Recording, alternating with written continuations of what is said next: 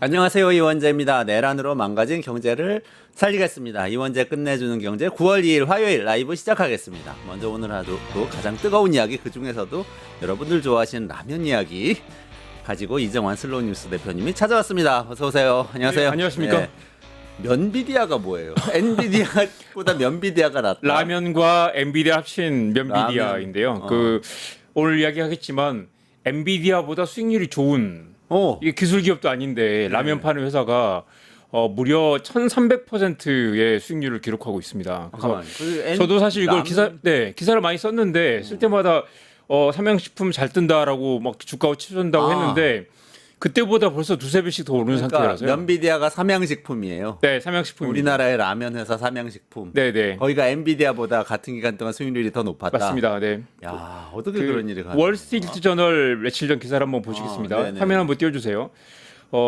K-팝 데몬 헌터스가 라면 회사의 주가를 파이어업했다라는 건데요. 이제 불 붙여버렸네. 네, 불을 붙였다. 이 파이어가 아시겠지만 이제 불닭볶음면이 원래 이름이 이제 핫치킨 플레이버 라면인데요. 핫치킨 플레이버 라면. 근데 보통 이제 이걸 유튜브나 그런 쓸 때는 파이어 치킨 누들이라고 합니다. 이제 이제 애칭으로 파이어라는 말을 쓰기 때문에 파이어업이라는 말을 쓴 건 이 라임을 맞춘 거죠. 불닭볶음면이 신경 많이 썼네. 불닭볶음면이 불을 붙였다. 거죠. 이 그림 한번 보세요. 저도 이제 취재하면서 이걸 그림을 보고 와, 이 엔비디아 대 면비디아. 네, 보시면 이제 5년 전에 엔비디아는 12달러였는데 지금 170달러, 174달러죠. 네. 그리고 면비디아는 삼양식품은 10,000원이었는데 지금 150만 원이 160만 원 가까이 갔습니다. 만 원이 155만 원이 됐어.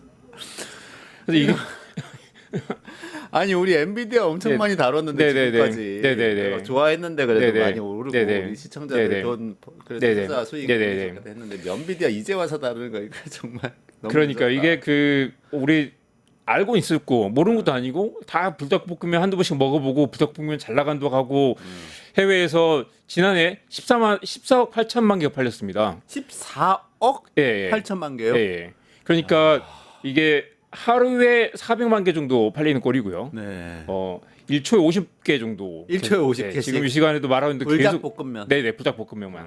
그래서 이제 놀라운 기록이죠. 이게 이렇게 팔리는데 우리가 사실 이제 뭐 그동안 기술주, 성장주 그런 얘기도 많이 봤었잖아요. 근데 이 뒤에 보겠지만 이 삼양식품은 일단 라면이 잘 팔리기도 하지만 이 해외 매출 비중이 거의 80% 가까이 되고요. 그러니까 이제 라면의 3대장이 있잖아요. 네네. 농심, 오뚜기, 그다음에 이제 이 삼양식품인데 삼양식품 만년 3위였습니다. 아시겠지만 80년대 우지파동 이후로 이 잘 나가는 라면 회사가 3위로 찌그러졌다가 또 그 회장 전 회장이 뭐 또 그 횡령 혐의로 쭉 감옥 갔다 풀려난 지 얼마 되지도 않았어요. 회사는 문제가 많은데 이 눈부시게 성장하고 있는, 그리고 해외 시장이라는 큰 시장을 보고 이 무시무시하게 성장하고 있고 지금 라면이 없어서 못 파는 상황이라서 지금 또 공장을 짓고 있잖아요. 이 공장을 지으면 매출이 거의 뭐 또 어마어마하게 뛸 거라서 성장성을 보고 주가가 이제 반영돼 있는 상태입니다.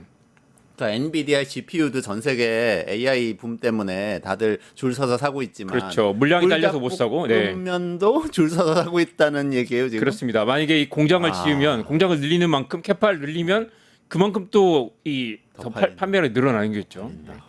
한번 실적 데이터를 한번 보시죠. 볼 때마다 놀라운데요. 네. 이 매출액이 지금 이제 지난 10년 동안 봤는데요. 이 매출액이 2005년 전과 비교하면 3배 정도 뛰었죠. 이 단위가 억 원인데 5천억 원에서 지금 1조 7천억 원까지 늘어난 상태입니다. 네네. 그리고 이제 영업이익도 꽤 높죠.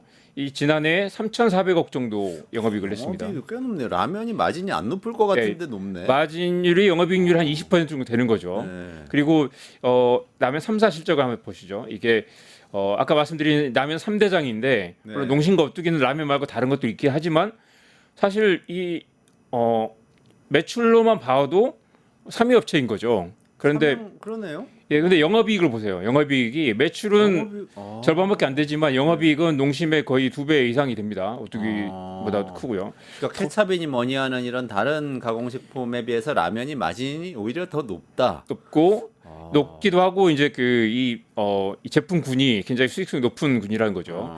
이 그림 한번 보세요. 이게 정말 놀랍지 않습니까? 이게 지금 이제 노란색이 삼양식품, 네. 녹색이 전통의 1위 업체인 농심, 그다음에 오뚜기 빨간색인데요. 보시면 여전히 농심과 오뚜기가 매출이 많아요. 많고 점유율도 높은데 이 성장성이라는 게 무시무시한 거죠. 보시면 우리 또 진짜 네. 라면 얘기하니까 우리 구독자님들 난리 났어요. 혼민정음님, 강팔사오공님, 호뭉이 아빠님, 한석기님 다들 이제 그 어떤 분은 불닭볶음면 드시고 배 아팠다. 네. 어떤 분은 삼양식품 너무 빨리 팔아서 배 아팠다. 이렇게 그렇네요. 예쁜 말씀들 네. 많이 하고 있는데 감사합니다.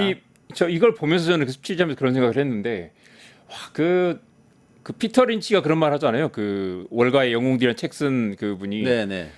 주식을 슈퍼에서 골라라. 어. 슈퍼에 가서 보면 뭐가 잘 나가는지를 보고 그 주식을 사면 된다. 잘 아는 주식을 사라. 사실 삼양식품 우리가 모르는 주가가 주식 아니잖아요. 네네. 불닭볶음면 잘 나간다는 이야기를 계속 들었는데 사실 우리가 그 주식을 살 생각을 안 했던 거죠. 그랬네. 그렇거나 아니면 뭐 바다 건너에 위대한 기술주들을 사느라고 굉장히 슈퍼에서 잘 나가는 불닭볶음면을 몰랐던 건데 이 그림 보세요. 5년 전과 비교하면 5년 전에 노란색 보시면 0.8조 원이었어요. 네네. 0.6조 원. 네. 그 정도였는데 지금 11조 원이 넘어섰죠. 그리고 물론 농심도 많이 오르긴 했지만 불이 붙은 듯이 그리고 이때 보시다시피 이제 2016년쯤에 기억하시겠지만 유튜브 채널 영국 남자에서 네네. 불닭볶음면 챌린지를 하면서 그때부터 이제 불이 붙기 시작해서 해외에서 엄청나게 뭐 이렇게 그 화제가 됐었죠. 그 영상이 아까 보니까 조회수가 한 1,500만 뷰 정도 되더라고요. 2016년. 네네. 그때부터 이제 2년 해외에서는 불이 붙기 시작하고 인기가 있었는데 이게 또 성공하는 그 콘텐츠를 보면 이 불닭볶음면이 그냥 맛있어서라기보다는 이 챌린지가 되기도 하고 또 여러 가지 형태로 변형해서 또 이렇게 먹어보잖아요. 치즈를 얹어서 먹기도 하고 뭐 다양한 형태 그다음에 뭐 이거 자체가 다양한 형태 콘텐츠를 또 파생시키고 재미 요소가 있기 때문에 이게 음식을 넘어선 어떤 문화 현상이 되고 있는 거죠. 아, 그러네요.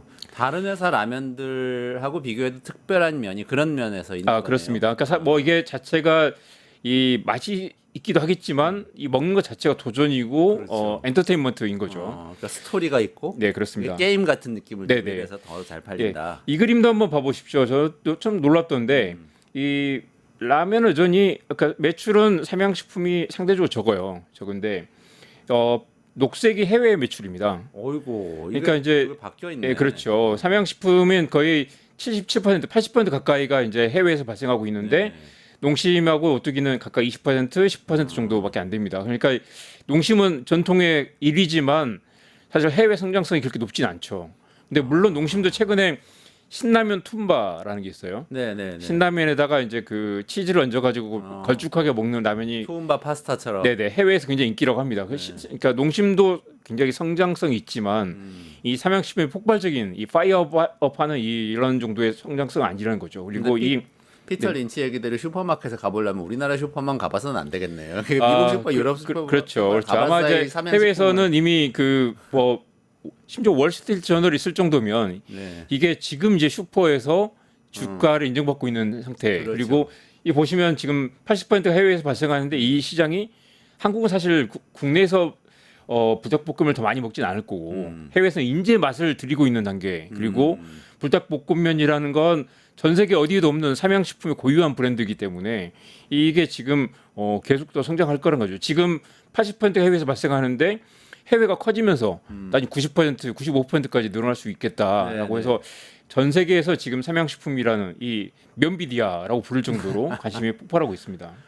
갑자기 궁금해지는데 네. 우리나라 사람들 라면 얼마나 먹어요? 1년에 몇 개 먹는다 이런 통계가 있나요? 맞습니다. 제가 좀 조사를 해봤는데요. 그 한국 사람들이 라면을 1년에 77개를 먹습니다. 그러니까 사실 외국에서는 보통 파스타라든가 그런 게 있기 때문에 인스턴트 라면이 그렇게 인기는 없죠. 한국은 먹진 않을 것 같아요. 예, 한국은 그러니까 60년대부터 라면이 사실 그 어떤 국민 음식 같은 게 돼 있어서 라면 1위는 베트남입니다. 85개. 거기는 이제 쌀국수도 많이 먹지만 인스턴트 라면도 많이 먹고요. 네네네. 한국이 전 세계 2위입니다. 2위고. 그러니까 한국은 1년에 77개, 미국은 15개밖에 안 되는데 그 말은 뭐냐면 사람들이 인스턴트 라면의 그 매력을 이제 알아가고 있다는 거죠. 사실 우리가 뭐 일본식 라면도 많이 먹지만 집에 들어가서 저녁에 또 이렇게 라면이 땡길 때가 있잖아요. 네. 그리고 뭐 또 뺏어 먹는 라면이 맛있다고 할 정도로 라면 자체에 대한 뭔가 그런 이 문화적인 그 향수가 있죠. 근데 외국에서 이제 그걸 알고 있다. 그리고 이제 컵라면에다가 이렇게 그 라면 졸여가지고 불닭볶으면 그 챌린지하고 그걸 또 영상을 찍고 하는 그런 뭐 이제 생기고 있고 또 대표적으로 최근에 이제 K-pop 데모헌터스의 그 루미와 또 누구죠 그 친구들이 컵라면 먹는 그게 또 이 맞아요. 시그니처 또 되게 돼서 그게 첫 장면에 나오죠. 예, 김밥과 라면 그리고 이 걸그룹들이 좋아하는 그 문화적 코드가 돼 있기 때문에 이게 지금부터 폭발하고 있다라고 볼 수 있겠습니다. 그러니까 그런 것도 정말 중요해요. 그러니까 네. 캐대헌 넷플릭스에서 1등하는 게 뭐 소니 픽처스가 만들어서 우리나라 거 아니고 우리나라에 들어온 거 그렇습니다. 있네 네. 없네 뭐 이런 네. 얘기 많이 하지만 네네.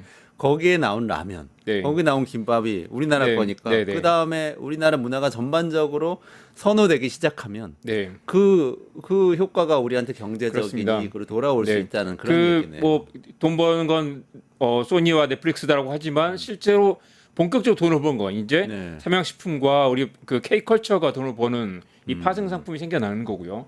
얼마 전에 보니까 그 한국이 전 세계 김의 70% 정도를 생산하는데 아, 김 수출이 또 늘어가지고 또 난리라고 하잖아요. 또 미국의 코스트코에서 또 냉동김밥 이 불티나게 팔렸는데 네. 그 김밥을 만드는 데가 또 경북에 있는 중소기업입니다. 아. 이 OEM을 붙여서 납품을 한다고 하는데요. 김밥도 지금 전 세계 또 유행 음식이 되고 있습니다. 아. 농심하고 비교한 그림 두 가지만 더 보고 넘어가겠습니다. 이 네. 그림 보시면 이 빨간색이 농심이고 파란색이 삼양식품인데 아시다시피 농심이 아무튼 압도적인 1위는 맞습니다. 네. 그런데 영업이익을 보면 이거 보세요. 어이구, 영업이익은 역전됐네. 농심을 삼양식품이 까맣게 따라잡았죠. 거의 2배 이상이 됩니다. 그러면 그 말은 뭐냐면 이만큼 삼양식품이 굉장히 그 이익률이 높은 그러네요. 그러니까 물론 엔비디아는 이익률 한 40% 가까이 되는 적이 있었죠. 네. 근데 삼양식품도 20%면 놀라운 거 아닙니까? 그렇죠. 이게 지금 이제 막 그 불이 붙고 있는 단계라는 겁니다. 그리고 이게 하이테크하고 비교할 게 아닌 게 이런 그 가공식품은 원래는 저부가 가치라고 해가지고 그렇게까지 네. 이익률이 높지 않은데 스토리를 입혀서 그렇게 된 것 같아요. 맞습니다. 그래서 이게 지루한 내수 식품주가 아니라 프리미엄 수출 성장주다라는 평가가 최근에 나오고 있고요. 진공가에서도 사실 그동안 이렇게 뭐 이런 정도로 뭐 성장주라는 게 사실 또 많지 않을 거라 거품도 많았는데 이 우리 또 전통적인 그 제조업 이런 그 소매업은 이 말 그대로 눈에 보이는 거잖아요. 매출 눈에 보이고 실제로 매출 발생하고 이익률이 나는 거라서 미래에 대한 성장성이 아니라 실제 매출과 이익으로 입증하고 있는 네네. 그 지표가 지금 드러나 있는 거죠. 아, K-pop 데모헌터스가 6월 20일에 오픈됐는데 그때보다 한 50% 가까이 지금 주가가 또 올라 있는 상태입니다. 이 그림 한번 봐주세요. 야. K-pop 데모헌터스가 그때 아마 라면을 먹는 장면을 보셨을 때 이 삼양식품 주식을 사야 되겠다 한 분들은 또 이익을 많이 냈을 거고요. 아마도 지금보다 훨씬 더 주가가 더 오를 거다라는 전망이 많기 때문에 제가 주식 추천하는 건 되게 조심스럽습니다만 일단 삼양식품은 굉장히 성장성이 높은 주식이라고 볼 수 있겠습니다. 그렇군요. 예전에 원래는 삼양이 라면의 원조잖아요. 농심 네네. 그 후발주자였는데 네네. 1960년에 만들었죠. 처음에 저 이런 얘기 들었어요. 삼양을 처음 네. 그 창업해서 라면을 내놨을 때는 맞습니다. 사람들이 라면을 너무 안 사 먹어가지고 네. 집집마다 다니면서 막 던져서 넣어줬대요. 그리고 먹어보라고. 삼양식품 처음에 그 만든 그 초대 회장이 그 밥을 못 먹는 그 가난한 그 국민들을 위해서 일본에 가서 라면 만드는 법을 배워가지고 당시 60년대 1원부터 시작해서 네. 지금 가격이 지금 뭐 680원까지 올라 있는 상태죠. 아. 그러니까 그래서 한국은 이 라면이라는 것 자체가 어떤 그 국민 음식으로 하는 게 이 가난한 시절 그 저개발 국가에서 이 라면을 먹으면서 그때 이런 말은 너무 옛날 사람 같지만 임춘애 선수가 라면 먹고 뛰었다 그런 것처럼 1986년 아시안 게임. 맞습니다. 라면이란 게 그 한국 너무 옛날 사람. 한국 국민들에게는 그런 형태의 어떤 그런 그 향수가 있고 이게 이제 한국 사람들 그렇게 라면을 이제 많이 뭐 라면으로 주식을 때우지 않지만 이게 문화상품으로 이제 글로벌에 퍼져나가고 있다라는 거. 새로운 단계를 맞네요. 그러니까 옛 것도 다 새롭게 봐야 돼요. 우리가 선진국이 네. 되면서는 모든 것이 다 선진화될 수 있습니다. 알겠습니다. 마지막 하나만 더 말씀드리겠습니다. LA 타임즈가 네. 이 이제 삼양식품을 다루면서 이 전 회장이 지금 그 감옥 갔다 풀린 지 얼마 안 돼요. 횡령유예 네네네. 징역 3년을 살고 나왔거든요. 또 다른 재판을 또 받고 있습니다. 그래서 이제 아. 며느리가 이 삼양식 뭐 불닭볶음면을 만들었다고 했죠. 근데 지금 이제 아들이 승계를 하려고 하는데 이게 한국 그 기업의 이 고질적인 그 승계 구조의 문제를 드러낸 거잖아요. 뛰어난 경영 수방을 보낼 때 이대 경영주와 그렇지만 부패하고 어떤 이제 편법을 썼던 경영주와 약간 실력이 입증되지 않는 이제 2세, 3세 승계 구도 그게 과연 잘 승계가 이루어질 수 있을까? 외국에서 여전히 그걸 의심스럽게 보는 그런 시선이 있습니다. 그러니까 뛰어난 기업이지만 사실 이 2세, 3세 승계 구도에 여전히 한국 그 기업이 취약점이 있다라는 그런 지적을 간과하면 안 될 것 같습니다. 걱정이네요. 네. 자칫하면 이 기업 지배 구조 때문에 면비디아를 네. 망칠 수가 네, 있잖아요. 다행히 며느리가 그 뛰어난 아이디어 있었지만 과연 아들이 잘할 수 있을까? 그것 여전히 의문입니다. 실력이 인정받는 기업이 되면 좋겠습니다. 네. 다음 얘기 좀 해볼까요? 네네. 네, 강릉 이야기입니다. 네. 저 이 영상 잠깐 봤는데 네. 강릉 시장 김원규 네. 시장이 뭐라고 설명하는데 이재명 대통령이 거기에 대해서 질문을 하면 또 똑같은 말을 반복고 네, 네. 이재명 대통령 답답해가지고 막 계속 그렇습니다. 물어보고 이런 장면이 있었어요. 짧게 간단히 말씀을 드리면, 그러니까 지금 물이 부족해서 물이 부족해서 난리인데 정수장을 짓는데 500억 원을 달라고 한 거예요. 그럼 이제 이재명 대통령이 계속 물어봤죠. 그러면 정수장을 지으면 지금 5만 톤짜리 정수장을 지으면 거기 물을 어떻게 끌어올 거냐? 원수는 어떻게 가져올 거냐? 원수 확보 비용이 얼마입니까? 그러니까 원수는 원래 물이고 정수장에서 그걸 정수한 다음에 우리가 그렇습니다. 쓸 수 있는 수돗물이 되는 거죠. 정수장을 이렇게 큰 걸 짓는데 이재명 대통령은 지금 물이 없는데 원수를 어떻게 가져올 겁니까? 원수 비용 어떻게 됩니까? 그랬더니 이분이 계속 똑같은 말을 하는 거예요. 아, 이건 정수장 비용입니다. 그러니까 이재명 대통령이 또 원수 비용은 얼마냐고 물어보는 겁니다. 그러니까 원수 비용은 들지 않죠. 원수 비용 없습니다라고 말하는 거예요. 근데 지금 물이 없어서 정수장에 채울 물이 없는데 원수를 어떻게 끌어올 거냐에 대한 답을 안 했고 사실 그 뒷이야기도 찾아봤는데 그 다음 날도 오해였다고 말하지만 원수를 어떻게 끌어올 건지 아직도 설명을 안 해서 여전히 미스터리입니다. 도대체 이분은 정수장을 지어놓고 원수를 어떻게 끌어올 것인지 물이 안 나오는데 다음 날 또 그런 얘기 있었죠. 뭐 이분이 사고를 많이 쳤는데요. 정청래 대표가 찾아왔을 때 대표님 수해 봉사 가시는 거 보고 부러웠습니다.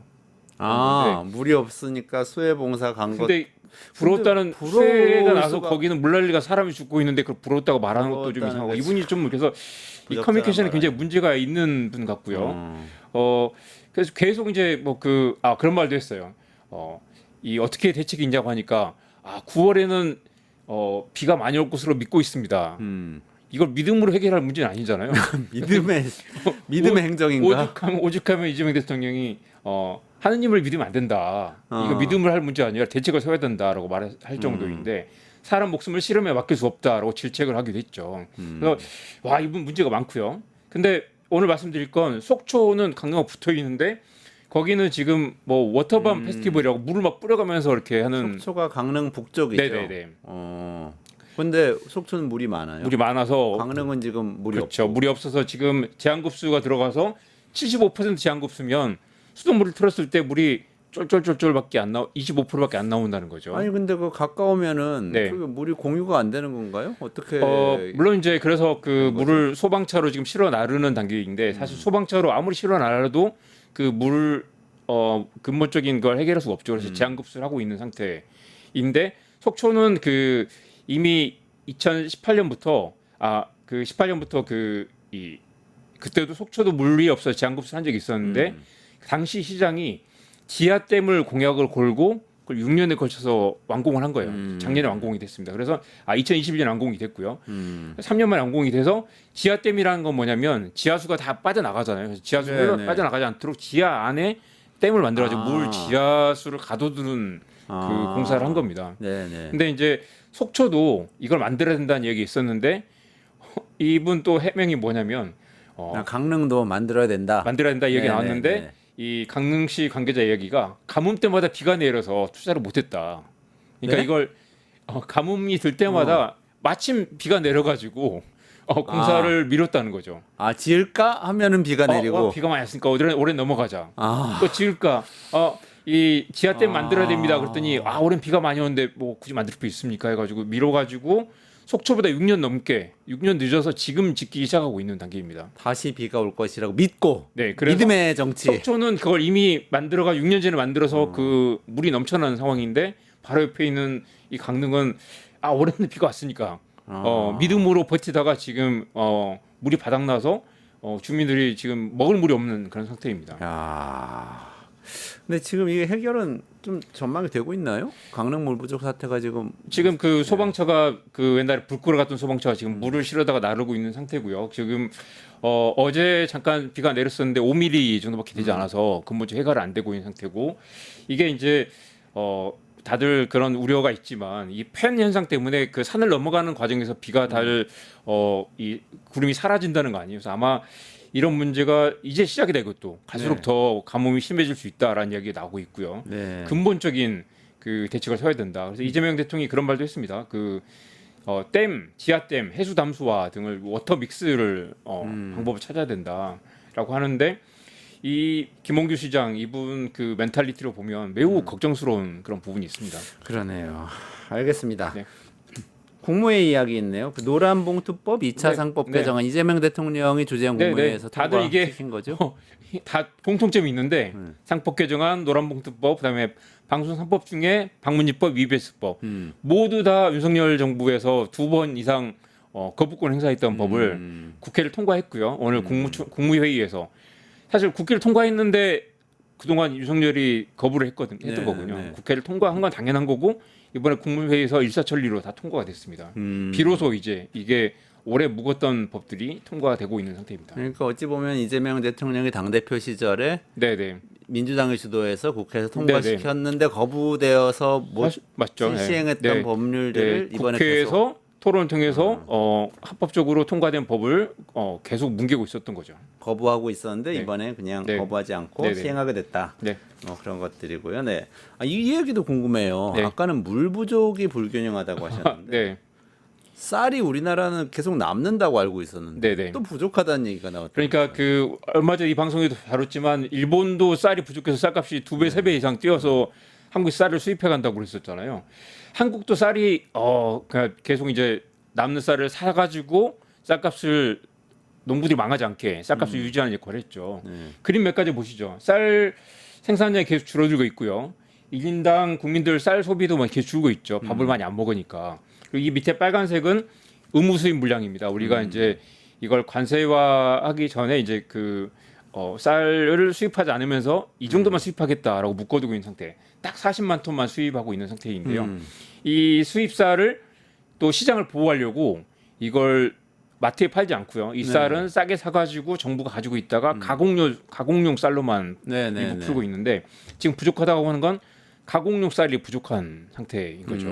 가공용 쌀이 부족하면 어떻게 되겠어요? 일반 쌀을 이제 사가지고 그걸로 뭐 과자도 만들고 술도 만들고 해야 되는데 가공용 쌀이 지금 부족한 상태라는 거죠. 그래서 이제 가공용 쌀이 이 사실은 이제 이게 정부가 이 양곡 관리를 잘 해야 되는데 이 그림도 한번 보세요. 굉장히 이게 중요한 그림이고 농협에서 제가 물어봤더니 이거 굉장히 이게 핵심을 짚는 그림이라고 네. 얘기하더라고요. 그러니까 국민들이 쌀 소비는 줄었어요. 네, 네. 밥을 많이 안 먹습니다. 그렇지만 그러니까 파란색이 쌀 네, 소비량. 파란색이 쌀이고요. 네. 녹색과 이 노란색은 쌀을 가공용으로 해서 한. 그래서 사실 보면 녹색이 가공한 식품이고 식품. 노란색은 가공한 쌀로 만든 음료수. 그러니까 사실 여기 보면 쌀 소비가 줄어드는 것 같지만 그래서 우리 쌀도 안 먹는데 쌀 지원 그만합시다. 쌀 외국에서 사 먹어도 되는 거 아닙니까? 그러니까 우리 이제 빵 먹는 거 아니에요? 쌀 지키지 않아도 되는 거 아닙니까? 하지만 실제로는 쌀 소비는 줄지 않았거나 오히려 늘고 있죠. 그러니까 식품에 들어간 거, 음료수에 들어간 거 그렇습니다. 합치면 이거를 그러니까 이게 그 프레임 조작일 수도 있고 이걸 간과하면 안 되는 게 쌀 소비는 밥은 안 먹지만 쌀 소비는 줄지 않았다. 그리고 쌀을 지키지 못하면 일본처럼 쌀값이 2배, 3배 오를 수도 있기 때문에 지금 이제 쌀이 부족하다고 하는 건 이 식품용과 음료용 쌀이 부족해서 지금 이제 일반 가공용 쌀을 일반 쌀, 밥쌀을 사가지고 가공용을 하는데 그 쌀은 이제 2배 이상 비싸기 때문에 업체들이 굉장히 괴로워하고 있다는 거죠. 그래서 이거 정부가 쌀을 사가지고 또 비축미로 이 정부 양곡이라고 하죠. 비축미를 가지고 있기도 하고 또 수입 쌀을 이렇게 묶어두고 있기도 한데 전반적으로 쌀 정책, 쌀 비축 대책, 그다음에 쌀 이 수요 공급 대책을 다시 세워야 된다. 그래서 지금 양곡관리법이 통과된 상태이기 때문에 이런 부분에 대한 이제 대책이 나올 것 같은데요. 지금은 이게 뭔가 그 이 수요 공급이 잘 맞지 않아서 시장에서 괴로워하고 있는 단계라고 할 수 있습니다. 네, 알겠습니다. 마지막으로 간단하게 네네. 음마아파트 재건축 드디어 된다면서. 네. 이 음마 아파트가 무려 이제 1979년 이후 46년 만인데 이게 최고 49층까지 이게 원래 35층 제한 때문에 수익성이 안 맞아가지고 되게 괴로워했었잖아요. 근데 오세훈 시장이 화끈하게 제한을 풀어가지고 아, 이게 풀리게 됐는데 이 그림 한번 보세요. 마지막 이 그림만 보실까요? 이 네. 집값이 2006년에 한 10억 미만이다가 지금 35억까지. 저게 지금 네. 파란색은 파란색은 뭐지? 이 보라색은 전세 가격이고요. 네네. 파란색이 집값인데. 음마아파트에 네네. 그러니까 지금 이제 이게 지금 어 36억까지 갔네. 네네. 집값은. 24평짜리가 전세는 한 36억까지. 10억. 네네. 네. 그런데 이게 36억짜리가 지금 이제 재건축을 하면 55억짜리가 될 거라는 거 아니에요. 네. 그래서 이제 이 최대 규모의 재건축 이 벼락 그 로또 시장이 열린 거고요. 또 재미있는 건 이 집을 산 사람들도 이 벼락을 맞겠지만 여기 또 일반 물량이 이번에 꽤 많이 풀리기 때문에 네. 일반 물량이 들어간 사람들도 이 정도 가격에서 거의 몇십억 원 정도의 이제 뭐 당첨 확률이 굉장히 낮겠죠. 하지만 이제 이 시장이 열린다. 근데 과연 이게 이제 이 재건축의 이 뭐죠 그 개발 이익을 환수하는 장치는 없이 이렇게 최대 규모의 재건축 시장이 열리는 것에 대한 우려도 많이 있습니다.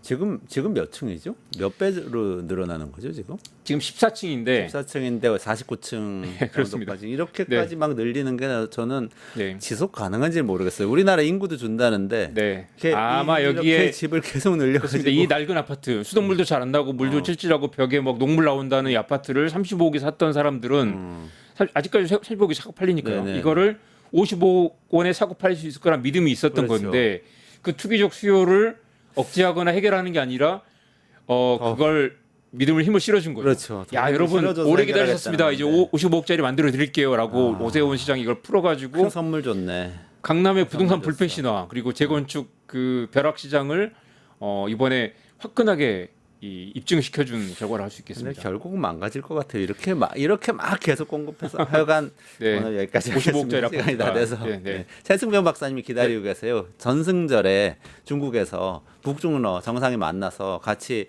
사열할 것 같은데 이거 어떻게 봐야 되는지 최 박사하고 같이 이야기 나눌 테니까 끝까지 라이브 들어주시고요. 이정원 대표님 여기서 인사드리겠습니다. 고맙습니다. 네.